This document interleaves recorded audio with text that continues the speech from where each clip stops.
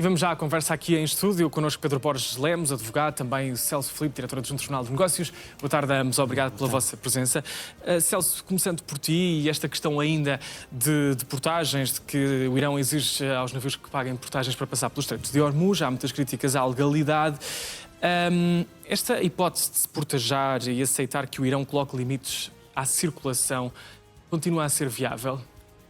A pergunta é se é viável o Irão colocar essas portagens. Eu diria que, à luz do direito internacional, pelos vistos não é. Eu recordo que no início o Irão enquadrou esta decisão como uma forma de ser compensado pelo pagamento dos custos da guerra. Ou seja, esta portagem serviria para ajudar a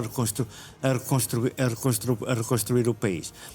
Contudo, há dois fatores. Um deles é que o Estreito de Hormuz não é exclusivamente do Irão. É partilhado com Oman. Portanto, há aí logo um problema, afinal, para quem é que para quem é que iria a receita. A partir dos ganhos seriam divididos, não é? Segundo, de acordo com os especialistas em direito internacional, esta decisão unilateral fere o direito à livre circulação, neste caso através de uma via marítima. Ainda assim, mesmo sabendo-se ou não se estão a ser cobradas portagens, há uma evidência, é que o tráfego pelo Estreito de Hormuz é pífio. Ontem passaram pelo Estreito seis navios. Não é quase nada, não é? Se o compararmos. Irão diz que dá autorização para passarem diariamente 15 navios. Num período normal, ou seja, antes da guerra, passavam pelo Estreito 130 a 140 navios. Ainda ontem o ministro dos Emirados Árabes Unidos dizia que estavam mais de 200 petroleiros prontos a zarpar dos portos que estão condicionados porque não conseguem atravessar o Estreito. Portanto, independentemente, estamos aqui a discutir as portagens ou não. Se houver portagens, estão a ser pagas por 6 navios em 140 que deviam atravessar. O problema da portagem ou não, neste momento, sendo relevante, não resolve aquilo que é o problema mais emergente, que é o problema de retomar o fornecimento de combustível, de petróleo e também de gás de gás natural, tal como acontecia antes da guerra. Exato. Portanto, antes das portagens importa retomar de forma cabal a movimentação marítima pelo Estreito de Hormuz. Pedro Borges Lemos, e se soubemos hoje, já se falava aqui do pagamento em criptomoedas, também moeda chinesa, agora o Irão quer de facto que as taxas de trânsito sejam pagas em moeda iraniana, que não vale quase nada na realidade, se formos fazer o câmbio. Isto é aceitável? Olha, eu queria dar primeiro uma nota relativamente àquilo que foi dito no que diz respeito ao direito internacional. Exatamente. As convenções das Nações Unidas relativamente ao direito do mar foram criadas em 1982. Nessa altura, o Parlamento iraniano aprovou, mas não ratificou essas convenções. O que é que isto significa? Significa que, formalmente, o Irão não está obrigado a seguir essas convenções. Mas há aqui uma questão, que é a da prática, ou seja, do direito consuetudinário, que é, nestas situações, ou deverá, nestas situações, ser observado. Ou seja, existindo uma livre circulação na navegação no Estreito, é evidente que, independentemente, ou não obstante, o Irão não ter ratificado as convenções de direito do mar criadas pelas Nações Unidas, no meu entendimento, deveriam respeitar essas mesmas convenções. Exatamente porque o espírito consuetudinário aqui impera.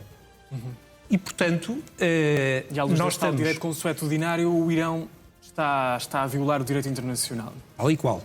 Portanto, o argumento do Irão poderá ser este que eu inicialmente invoquei. Ou seja, eles aprovaram as convenções, mas não as ratificaram. E, portanto, em termos meramente jurídicos, o Irão não estaria formalmente obrigado a seguir e a cumprir essas convenções. Mas há efetivamente um direito consuetudinário que impera naquilo que é o direito internacional exatamente nestas circunstâncias. Ou seja, havendo uma livre circulação de navios no Estreito, o Irão, independentemente dessa questão, ou seja, independentemente de não ter ratificado as convenções, deveria efetivamente respeitar as convenções das Nações Unidas. Este é o meu entendimento, mas provavelmente haverá juristas que têm entendimentos diversos. Relativamente à pergunta que me faz... Neste caso, sobre o pagamento em eu considero moeda que iraniana. aqui o Irão está a tentar lucrar o máximo possível com esta situação, até porque o Irão apresenta neste momento uma lista de custos que esta guerra lhe causou, de prejuízos financeiros gravíssimos e, portanto, obviamente que quer lucrar com o Estreito e põe na mesa das negociações exatamente esse ponto. Agora, se este ponto vai ser mais um ponto de fricção entre o Irão e os Estados Unidos da América, é o que veremos a partir de hoje, porque as negociações começam hoje. Eu considero que sim, porque realmente a partir do momento em que o Irão aplica essas taxas, nós vamos ter um problema gravíssimo a nível internacional que já está a ser, que já foi provocado por este conflito, mas é evidentemente que a partir do momento em que o Irão assuma uma posição de total soberania sobre Hormuz, é evidente que isto vai trazer consequências gravíssimas para a economia mundial. E para já, o que é certo é que o Irão parece que continua com a faca e o queijo na mão, tem esta arma que é o Estreito de Hormuz. Qual é a vantagem que as taxas sejam cobradas na moeda iraniana? Não te consigo responder a isso, Rodrigues, porque a moeda iraniana é a única a quem paga poderá recorrer para satisfazer essa proteção. Isso e disse que está também fora de houve questão. a hipótese da criptomoeda, inicialmente falou-se da hipótese da criptomoeda, também pelo visto poderá ter caído, não se sabe ao certo, e também falou-se da possibilidade de ser paga em yuans, o que também pelos vistos não deverá ocorrer. Mas eu insisto, esta questão do pagamento é, sobretudo, uma ferramenta negocial. É uma ferramenta negocial e no fundo, qual é que é o único ativo que o Irão tem para poder negociar os termos de uma paz com os Estados Unidos? É o Estreito de Hormuz. De facto, é a mais-valia que pode garantir ao Irão a manutenção do atual regime e a sua soberania. E daí que tenha cantado vitória. Agora, não deixa de ser também curioso. Vamos partir da hipótese que, efetivamente, os Estados Unidos e o Irão chegam a um acordo e os navios vão pagar uma portagem. Independentemente do seu pavilhão, ou seja, da sua bandeira. Isso significa que quem pagaria os custos da guerra seriam todos os países cujos navios teriam essa bandeira. Ou seja, em vez dos custos da guerra serem assumidos pelos seus atores, pelos seus intervenientes, não, seria assumido de forma indireta pelos outros países que, através da oneração dos custos que iriam ter, porque se tu pagares 2 milhões por um petroleiro, esse valor depois vai-se refletir em tudo. Vai-se refletir no preço dos combustíveis, vai-se refletir no preço dos alimentos e reflete-se de forma transversal a todo o mundo. Ou seja, na prática, a reconstrução do país seria pago pelos armadores, em primeira instância, sendo que depois os armadores iam fazer repercutir os custos sobre os seus clientes, que por sua vez os vão repercutir sobre os consumidores. O Irão e os Estados Unidos teriam a ganhar com as portagens se chegassem a acordo nesse sentido. Do ponto de vista dos Estados Unidos, até é basicamente muito irrelevante. Agora, do ponto de vista da comunidade internacional, isto seria de uma tremenda injustiça. pagar os estragos de algo que não se estragou, nem se contribuiu para estragar.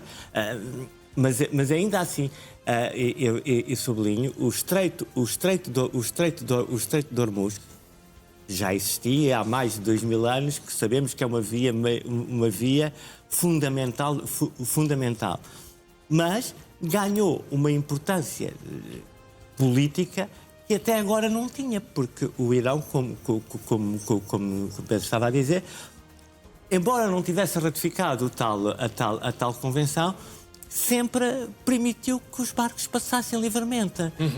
Portanto, só havendo guerra é que esta questão se colocou. Portanto, os objetivos da guerra, que eram libertar o povo iraniano, não foram conseguidos.